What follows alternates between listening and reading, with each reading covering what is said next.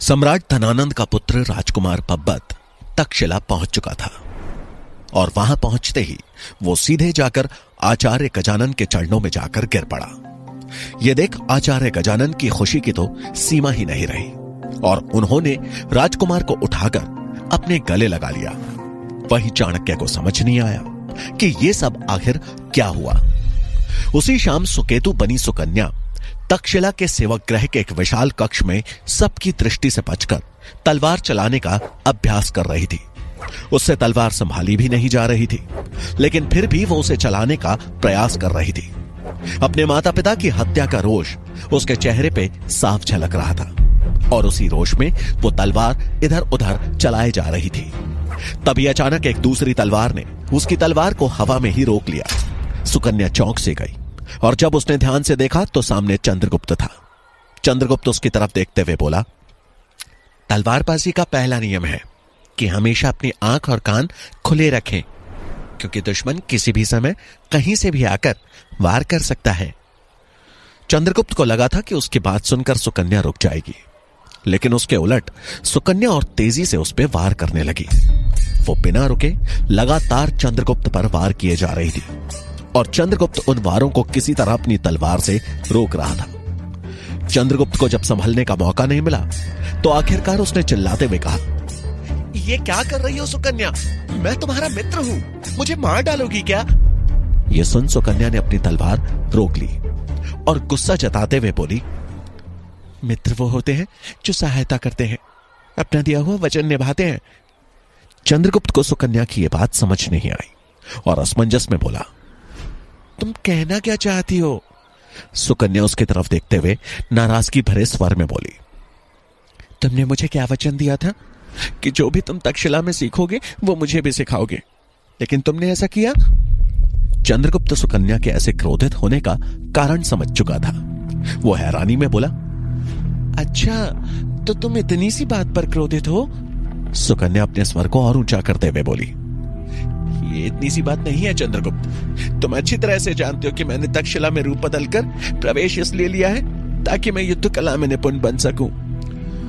लेकिन तुम्हें भी यह ध्यान रखना चाहिए कि दीवारों के भी कान होते हैं। आचार्य चाणक्य के शब्द उस कक्ष में गूंजे। उन्हें देख दोनों ने अपनी अपनी तलवारें किनारे रख दी और उन्हें झुककर प्रणाम किया। आचार्य ने दोनों को आशीर्वाद दिया और कुछ सोचते हुए बोले, सुकेतु और चंद्रगुप्त, तुम दोनों को आपस में हमेशा इस बात का ध्यान रखना चाहिए कि तुम कहां पर हो और किस बारे में बात कर रहे हो। सुकन्या हाथ जोड़ते हुए बोली, क्षमा करें आचार्य, वो मैं क्रोध में गलती से बोल गई। अत्यधिक क्रोध ही इंसान के पतन का कारण बनता है सुकन्या, इसलिए आगे से ध्यान रहे और अपने क्रोध को यूं व्यर्थ मत गवाओ। इसे पालना सीखो और सही स्थान और सही समय पे उसका प्रयोग करो। जी आचार्य, सुकन्या ने सर झुकाते हुए कहा। चंद्रगुप्त आचार्य चाणक्य की तरफ देख संशय में बोला, आचार्य, मुझे पता चला कि जो राजकुमार तक्षशिला आया है वो कोई और नहीं बल्कि मगध के राजा धनानंद का पुत्र पब्बत है, और वो आते ही आचार्य गजानन के पैरों में गिर गया। मुझे लगता है कि आचार्य गजानन ही उसे यहां लेकर आए हैं। चंद्रगुप्त की बात सुनकर आचार्य चाणक्य के चेहरे पर एक मुस्कान आ गई और वो एक आत्मविश्वास के साथ बोले, राजकुमार पब्बत को तक्षशिला आचार्य गजानन नहीं बल्कि मैं लेकर आया हूं। यह सुनते ही चंद्रगुप्त और सुकन्या दोनों हैरान रह गए। चंद्रगुप्त ने आश्चर्य में पूछा, आप? लेकिन क्यों आचार्य? वो तो राजा धनानंद का पुत्र है और वो तो आपके सबसे बड़े शत्रु है ना, फिर शत्रु के पुत्र को अपने खेमे में आमंत्रित करने का क्या फायदा? आचार्य चाणक्य गंभीर होते हुए बोले, इसी को राजनीति कहते हैं चंद्रगुप्त। जब आप दुश्मन पर सीधा वार ना कर सको तो उसकी कमजोरी पर वार करो, दुश्मन खुद ही समाप्त हो जाएगा। चंद्रगुप्त और सुकन्या दोनों ही आचार्य की बात को समझ नहीं पा रहे थे, लेकिन वो जानते थे कि आचार्य चाणक्य जो भी करते हैं उसके पीछे कोई ना कोई बड़ा कारण अवश्य होता है। तभी सूरजमल ने वहां प्रवेश किया और आचार्य चाणक्य के समीप आकर उनके कानों में कुछ कहा, जिसे सुनकर आचार्य चाणक्य के भाव बदल गए। वो चंद्रगुप्त और सुकन्या की तरफ देखते हुए बोले, अभी मुझे जाना होगा, तुम दोनों अपना ध्यान रखना। दोनों ने सिर हिला के हामी भरी और चाणक्य सूरजमल के साथ वहां से निकल गए। उनके जाते ही सुकन्या चंद्रगुप्त की तरफ देखते हुए बोली, तो क्या सोचा है सम्राट चंद्रगुप्त ने? हमें आज कुछ सिखाएंगे कि नहीं? चंद्रगुप्त तलवार उठाते हुए बोला, अवश्य, आज मैं तुम्हें तलवारबाजी की कुछ बारीकियां सिखाऊंगा जो हाल ही में मैंने आचार्य श्वेतांग के सानिध्य में सीखी हैं। यह सुन सुकन्या का चेहरा उत्साह से खिल गया और उसने भी तुरंत अपनी तलवार उठा ली और अगले ही पल दोनों तलवारबाजी के अभ्यास में ऐसे खो गए जैसे कि एक ऋषि तपस्या में खो जाता है।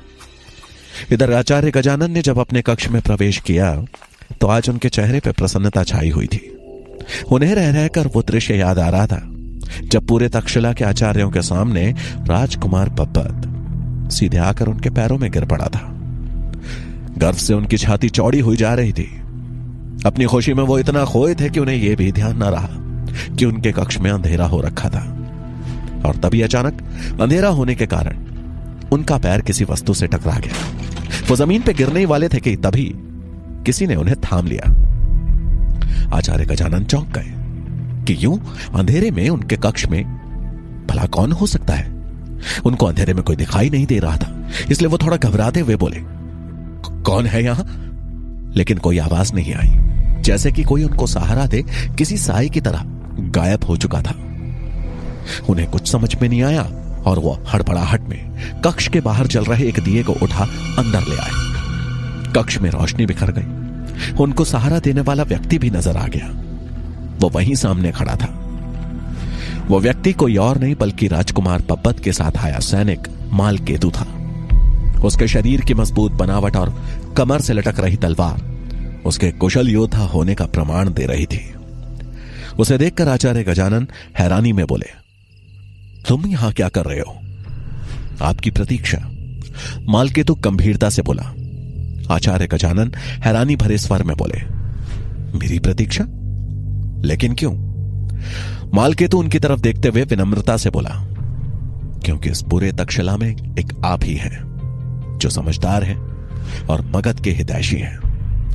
उसकी बात सुन आचार्य गजानन असमंजस में बोले, तुम जो भी कहना चाहते हो साफ साफ कहो, मुझसे तुम्हें क्या चाहिए?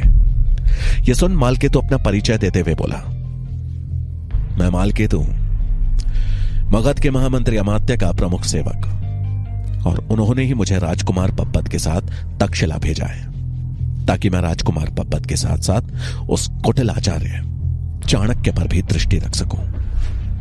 वो कपटी आचार्य मगध के महाराज धनानंद के खिलाफ जो भी षड्यंत्र रच रहा है, मुझे उस षड्यंत्र का पता लगाना है ताकि मैं अपने मगध को सुरक्षित रख सकूं।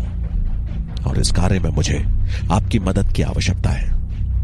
यदि आप मेरी मदद करेंगे तो जैसा महामंत्री अमात्य ने कहा है, आने वाले समय में वो आपको भी पुरस्कृत करेंगे। अंधा क्या चाहे तो आंखें।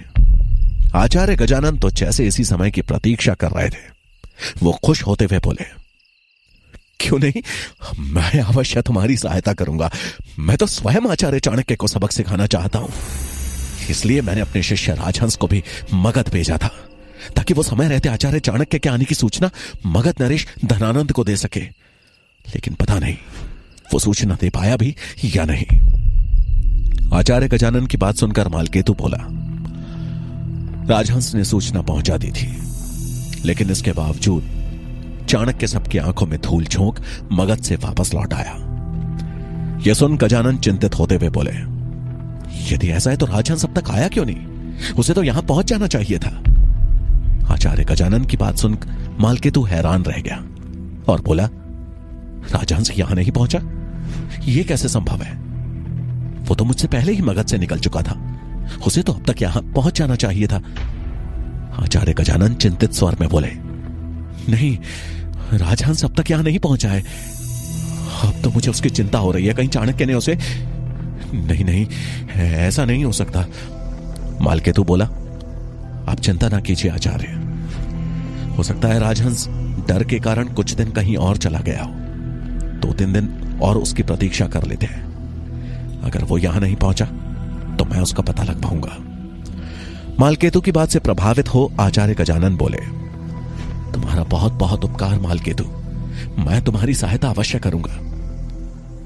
जहां गजानन राजहंस को लेकर चिंतित दिख रहे थे, वहीं चाणक्य का हितैषी तांबी राजहंस की आंखों पर पट्टी बांध उसे एक झोपड़ी में ले आया, जिसमें रात के घनघोर अंधेरे में एकमात्र छोटा सा दिया जल रहा था। राजहंस को कुछ समझ में नहीं आ रहा था कि उसे कहां और किस उद्देश्य से लाया गया था। डर और घबराहट से उसके पसीने छूट रहे थे। तांबी उसे उस झोपड़ी में छोड़ वहां से निकल गया। थोड़ी देर बाद एक व्यक्ति उस झोपड़ी में खाने की थाली लेकर आया। उसने थाली को किनारे रख राजहंस के आंखों पे बंधी पट्टी खोली। पट्टी खोलने के बाद राजहंस ने जब उस व्यक्ति की तरफ देखा तो पाया कि साधारण कपड़ों में एक आदमी उसके सामने खड़ा था। उसकी लंबी और घनी मूछें थी और उसने सर पे पगड़ी बांधी हुई थी। उसने खाने की थाली राजहंस के सामने रख दी और फिर इधर उधर देखते हुए उसके हाथ खोल धीरे से उसके कानों में बोला, मैं मगध का गुप्तचर हूं। मुझे तुम्हारे पीछे तुम पे नजर रखने के लिए भेजा गया था। मैं किसी तरह इनके खेमे में शामिल हो गया और तुम तक पहुंच गया। यह सुन राजहंस हैरान रह गया और हड़बड़ाहट में बोला, मुझे यहां से ले चलो। उस व्यक्ति ने धीमी आवाज में कहा, बहुत मुश्किल है। बाहर ये लोग बहुत अधिक तादाद में हैं और चारों तरफ कड़ा पहरा लगाया हुआ है। यह सुन राजहंस चिंतित हो उठा और बोला, कोई तो उपाय होगा इनकी कैद से छूटने का। एक उपाय है, वो व्यक्ति लगभग फुसफुसाते हुए बोला। क्या? उत्सुकतावश राजहंस ने पूछा। वो व्यक्ति अत्यंत धीमे स्वर में बोला, तुम चाहो तो किसी के लिए मेरे माध्यम से संदेश भिजवा सकते हो जो तुम्हारी मदद कर सके। यह सुनते ही राजहंस उत्सुक हो बोला, क्या तुम मुझे कहीं से कलम और ताड़पत्र लाकर दे सकते हो? उसकी बात सुनकर वो व्यक्ति बोला, मुझे थोड़ा समय दो, तब तक तुम भोजन कर लो। राजहंस भोजन करने लगा और वो व्यक्ति वहां से चला गया। थोड़ी देर बाद वो व्यक्ति हाथों में ताड़पत्र और एक कलम लेकर वापस आया और उसने वो राजहंस को दे दिया। राजहंस ने तुरंत ही उस ताड़पत्र में आचार्य गजानन के नाम एक संदेश लिखा और ताड़पत्र उस व्यक्ति को थमाते हुए कहा, आप ये पत्र किसी भी तरह तक्षशिला में आचार्य गजानन तक पहुंचा दीजिए। ध्यान रहे, ये पत्र आपको सिर्फ आचार्य गजानन के ही हाथ में देना है। अच्छा, तो तुम आचार्य गजानन के लिए काम करते हो? एक तेज और भारी आवाज गूंजी। राजहंस ने जब यह आवाज सुनी तो उसका चेहरा पीला पड़ गया। उसने अपनी नजरें आवाज की दिशा में दौड़ाई तो सामने आचार्य चाणक्य खड़े थे। चाणक्य तेज कदमों से चलते हुए राजहंस के पास पहुंचे और उन्होंने वो ताड़पत्र वहीं खड़े गुप्तचर से अपने हाथ में ले लिया। आचार्य चाणक्य ने वो ताड़पत्र खोला और उसे ध्यान से पढ़ा और फिर राजहंस की तरफ देखते हुए बोले, तो आचार्य गजानन के कहने पे तुमने हमें पकड़वाने की योजना बनाई थी। राजहंस से कुछ बोलते ना बना। उसे समझ नहीं आ रहा था कि इस परिस्थिति से कैसे निकला जाए। आचार्य चाणक्य मुस्कुराते हुए बोले, क्या हुआ? अब तो तुम्हारे विरुद्ध सबूत भी है मेरे पास। तुम्हें लगता है कि तुम्हारी चुप्पी तुम्हें बचा लेगी? राजहंस घबराते हुए बोला, आचार्य चाणक्य, ये आप ठीक नहीं कर रहे हैं। आप मुझे इस तरह से बंदी नहीं बना सकते। उसकी बात सुन आचार्य चाणक्य गंभीर होते हुए बोले, और जो तुमने किया क्या वो सही था? बिना किसी कारण तुमने मेरी मृत्यु का जाल बिछाया। क्या वो नीति के हिसाब से ठीक था? नहीं ना? राजहंस के पास आचार्य चाणक्य के प्रश्नों का कोई उत्तर नहीं था। आचार्य चाणक्य बोले, तुम उत्तर नहीं देना चाहते तो मत दो, रहो यहां बंदी बनकर। राजहंस को समझ आ गया था कि वो पूरी तरह से फंस चुका है, क्योंकि यहां से बचकर निकलना आसान नहीं था। उसने हिम्मत जुटाते हुए कहा, आप क्या चाहते हैं आचार्य चाणक्य? चाणक्य का दाव सही लग गया था। वो उसकी तरफ पलटते हुए बोले, यही कि तुम आज से मेरे लिए काम करो। तक्षशिला में आचार्य गजानन के साथ रहकर उनकी हर योजना के बारे में मुझे बताओ। राजहंस असमंजस में बोला, यह संभव है, मैं अपने मालिक के साथ गद्दारी नहीं कर सकता। आचार्य चाणक्य कुटिल मुस्कान के साथ बोले, वफादारी तो तुम तब निभाओगे जब यहां से जिंदा बचकर जा पाओगे, बाकी तुम सोच लो। राजहंस के पास आचार्य चाणक्य की बात मानने के अलावा और कोई चारा नहीं था। वो थोड़ा हिचकिचाते हुए बोला, ठीक है, आप जैसा कहेंगे आचार्य, मैं वैसा ही करूंगा। लेकिन मगध के उस गुप्तचर का आप क्या करेंगे? राजहंस का इशारा उस व्यक्ति पे था जो चाणक्य के समीप ही खड़ा था। चाणक्य मुस्कुराए और बोले, ये और गुप्तचर? उनके मुस्कुराते ही उस व्यक्ति ने अपनी पगड़ी खोल दी और मूछें हटा दी। गुप्तचर के भेष में वो व्यक्ति और कोई नहीं बल्कि सूरजमल था। राजहंस समझ चुका था कि यह सारा षड्यंत्र आचार्य चाणक्य द्वारा रचा गया है। आचार्य चाणक्य आगे बोले, अब तुम आजाद हो राजहंस, लेकिन ध्यान रहे कि गलती से भी मेरे साथ छल करने की मत सोचना। वो ताड़पत्र उसे दिखाते हुए आचार्य बोले, वरना हमें मजबूरन ये पत्र जाकर आचार्य गजानन को दिखाना होगा और उन्हें बताना होगा कि उन्होंने एक कच्चे घोड़े पे दाव लगाया है, और उसके बाद मेरा तो जो होगा सो होगा। आचार्य गजानन तुम्हें जिंदा नहीं छोड़ेंगे। चाणक्य की बात सुनकर राजहंस का गला सूख गया। उसने सर झुकाकर कहा, आप चिंता न करिए आचार्य, आपने जैसा कहा मैं ठीक वैसा ही करूंगा। यह कहकर राजहंस वहां से जाने को हुआ कि तभी उसके पैर पे तलवार का एक जोरदार वार हुआ, जिससे वो तुरंत ही जमीन पे गिर गया और पीड़ा से कराहने लगा। उसने पीछे देखा तो सूरजमल के हाथ में तलवार थी। आचार्य चाणक्य की तरफ हैरानी में देख राजहंस बोला, मैंने तो आपकी बात मान ली है, फिर ये वार क्यों आचार्य? मुस्कुराते हुए चाणक्य बोले, आचार्य गजानन को क्या उत्तर दोगे? तुम्हें तक्षशिला पहुंचने में इतना विलंब कैसे हो गया? चाणक्य मुस्कुरा रहे थे और राजहंस उनके मुंह को ताके जा रहा था। इधर तक्षशिला के गुप्त कक्ष में पब्बत अकेले बैठा था। वो वहां आचार्य चाणक्य के आने की प्रतीक्षा कर रहा था। साथ में वो चौकन्ना भी था कि कहीं कोई उसकी निगरानी तो नहीं कर रहा। कुछ ही समय में वहां चाणक्य ने प्रवेश किया। पब्बत को देख उनके चेहरे पे एक मुस्कान उभर आई। पब्बत ने उन्हें देख प्रणाम किया। आचार्य चाणक्य उसे आशीर्वाद देते हुए धीमे स्वर में बोले, तक्षशिला में प्रवेश के लिए शुभकामनाएं राजकुमार पब्बत। पब्बत आभार व्यक्त करते हुए बोला, यह सब आपके कारण संभव हो पाया है आचार्य। यदि आप सही समय पर मेरा मार्गदर्शन नहीं करते तो मैं कभी यहां नहीं पहुंच पाता। वो तो ठीक है, लेकिन तुमने आचार्य गजानन के पैर क्यों छुए, यह मुझे समझ नहीं आया। चाणक्य ने असमंजस में पूछा। उनकी शंका को दूर करते हुए पब्बत बोला, क्योंकि महामंत्री अमात्य को शायद मेरा यहां आना पसंद नहीं था। ये उन्हीं की इच्छा थी कि मैं आचार्य गजानन के संरक्षण में रहकर शिक्षा ग्रहण करूं, इसलिए मैंने आचार्य गजानन का आशीर्वाद लिया। आचार्य चाणक्य कुछ सोचते हुए बोले, लेकिन तुम्हें यहां हर कदम सावधानी से रखना होगा। किसी को भी यह न पता लगने पाए कि तुमने मेरे कहने पे तक्षशिला में प्रवेश लिया है, खासकर आचार्य गजानन को। अगर ऐसा हुआ तो तुम्हारे पिता महाराज धनानंद कभी भी तुम्हें वापस बुला लेंगे और इस प्रकार तुम्हारा उच्च शिक्षा का स्वप्न पल भर में टूट जाएगा।